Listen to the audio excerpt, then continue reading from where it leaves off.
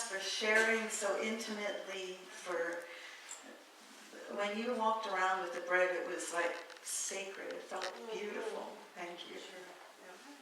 And isn't it interesting how so much of what we do at the end of our year is similar to what people in Jewish faith do at the end of their year. And likely that is true for faith traditions all over the world.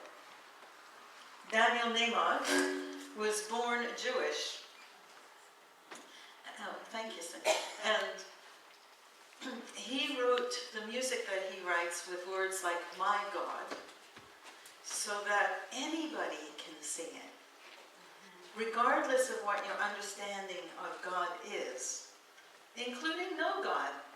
You could still sing this, and it would still resonate. And his whole goal is to unite people, and no matter what their faith tradition and background. Because what we know is true, and what we just reflected on today, is that there is more that unites us than divides us. And we have this human tendency to go right to the part that divides us. And speaking of that, I'm going to introduce some of what Martha Creek spoke about last week. Was it only last week? Basically, the name of her program, the theme of the conference was "Be a Quitter."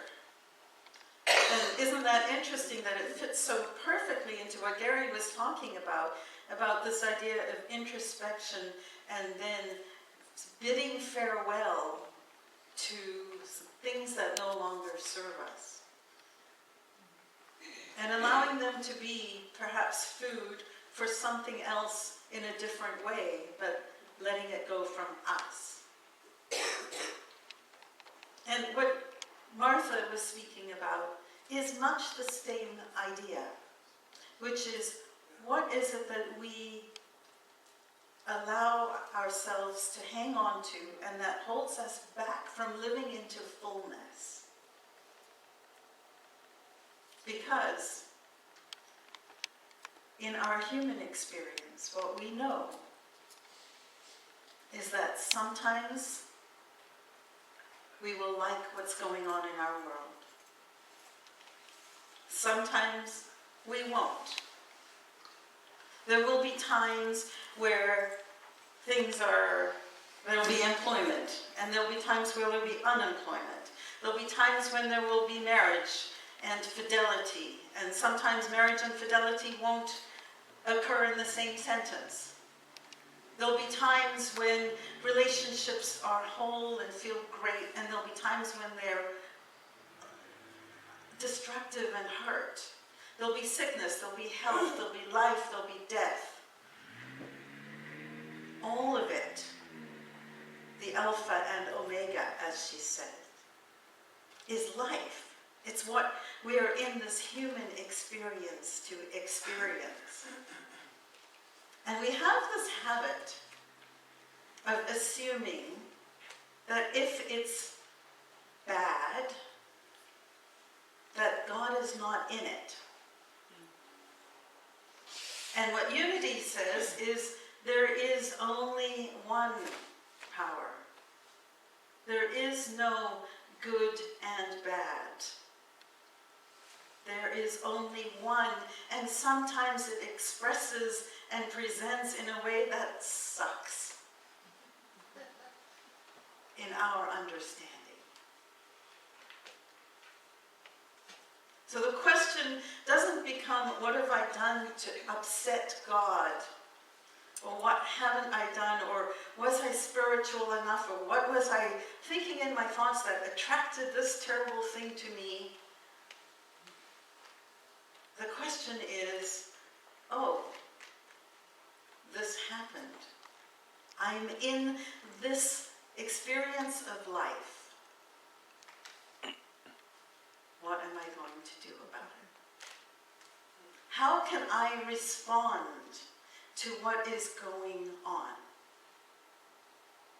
And those big things are sometimes easier to handle crises. That's when we see the best of people, don't we? It's when we are called to do something that is very clearly a visit to the hospital, or going to a funeral, or going to a bar mitzvah, or a celebration. Those are the easy ones.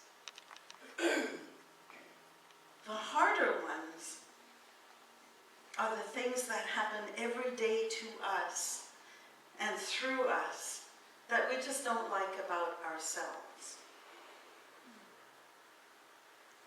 My parents' anniversary on Tuesday would have been 59 years. And when I did my brother's wedding a few years ago, I asked my parents what wisdom they could give to my brother.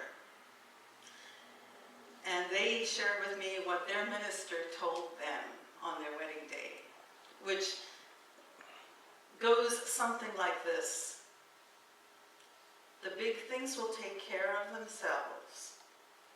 Pay attention to the hochas. I was born in South Africa. Hochas are little bugs that creep up at you. The little things that bug you. Pay attention to those.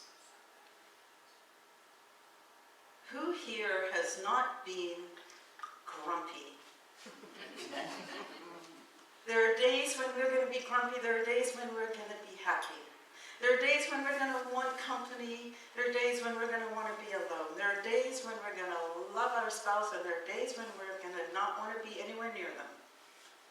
And children, and parents, and sisters, and co-workers, etc.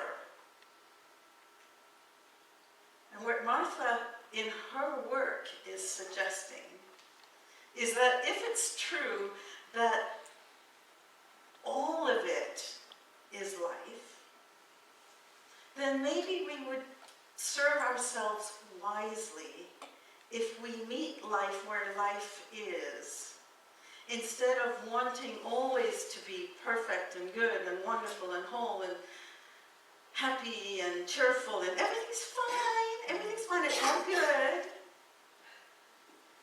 What if we were honest enough to say, that's how I am 80% of the time? But the other 20%, 25%, whatever number you want to pick, the other time, I am hurting, I'm in pain, I'm angry, I'm frustrated, I'm scared, I'm any one of those things. What if we were brave enough to admit it all? That's the power of this program that she shared.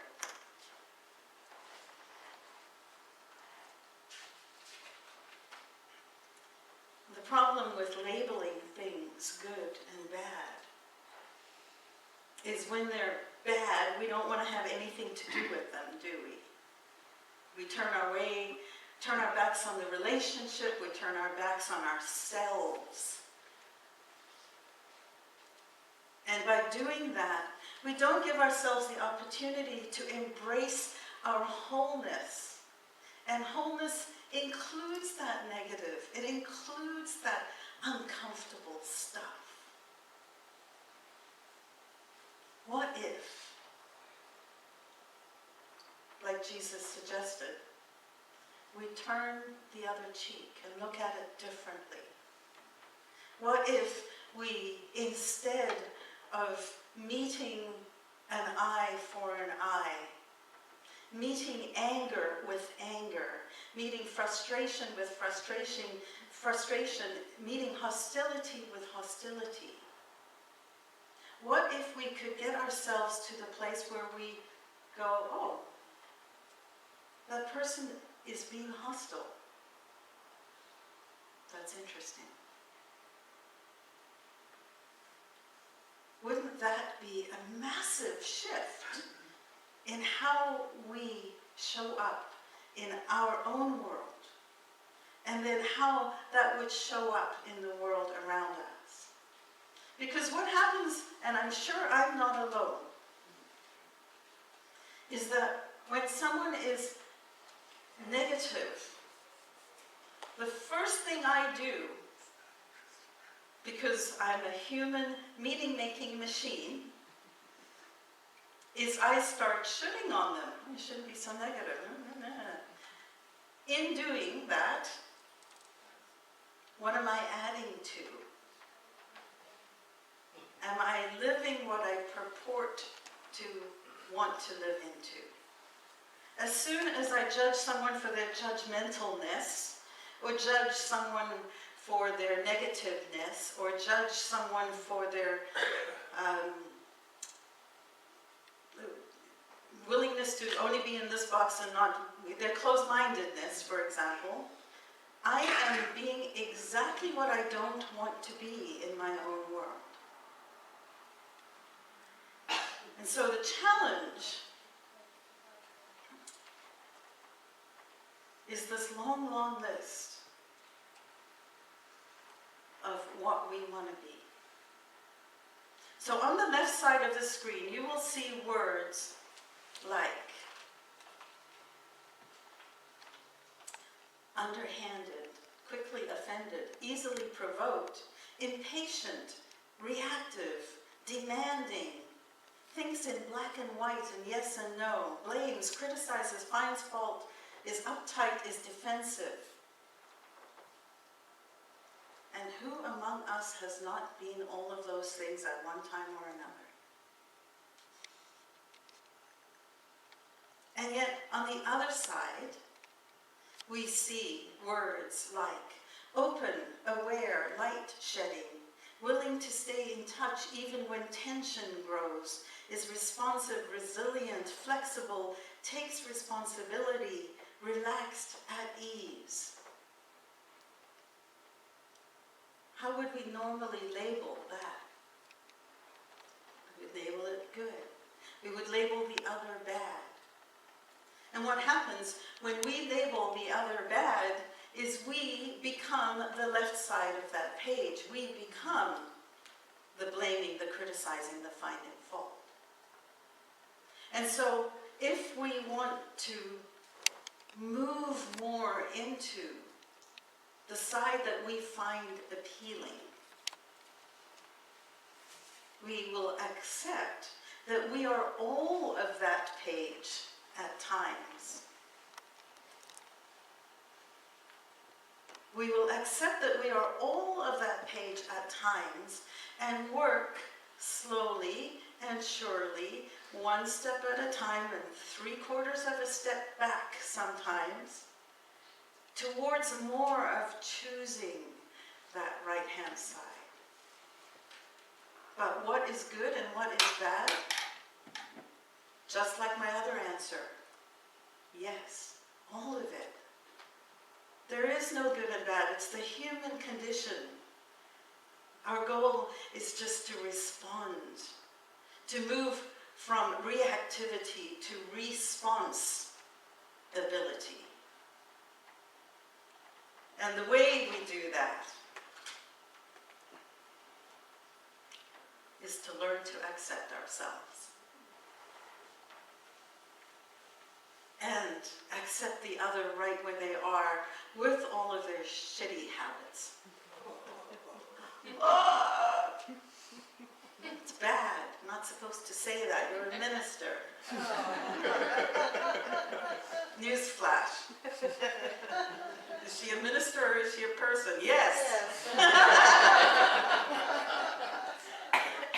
So in the next week, maybe 2, depending on how long this takes, we're going to go through the things and take a look at the things that are holding us back, that hold us back from living into the side of life that we choose to and would choose to, and figure out how we can maybe bless them and throw them proverbially into the water.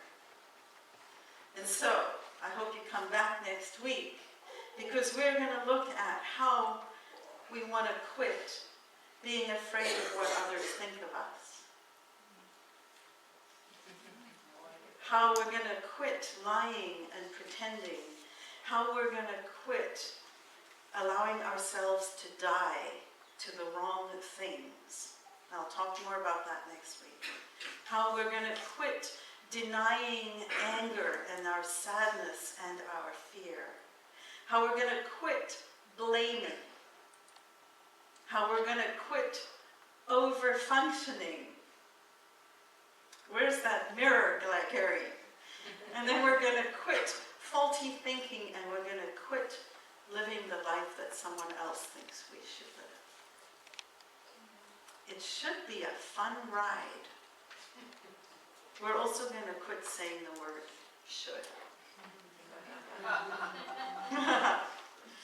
So I hope you join me on that. But I hope also this week, as you go through your week, think of those two sides of the page. And when you respond to somebody else's blank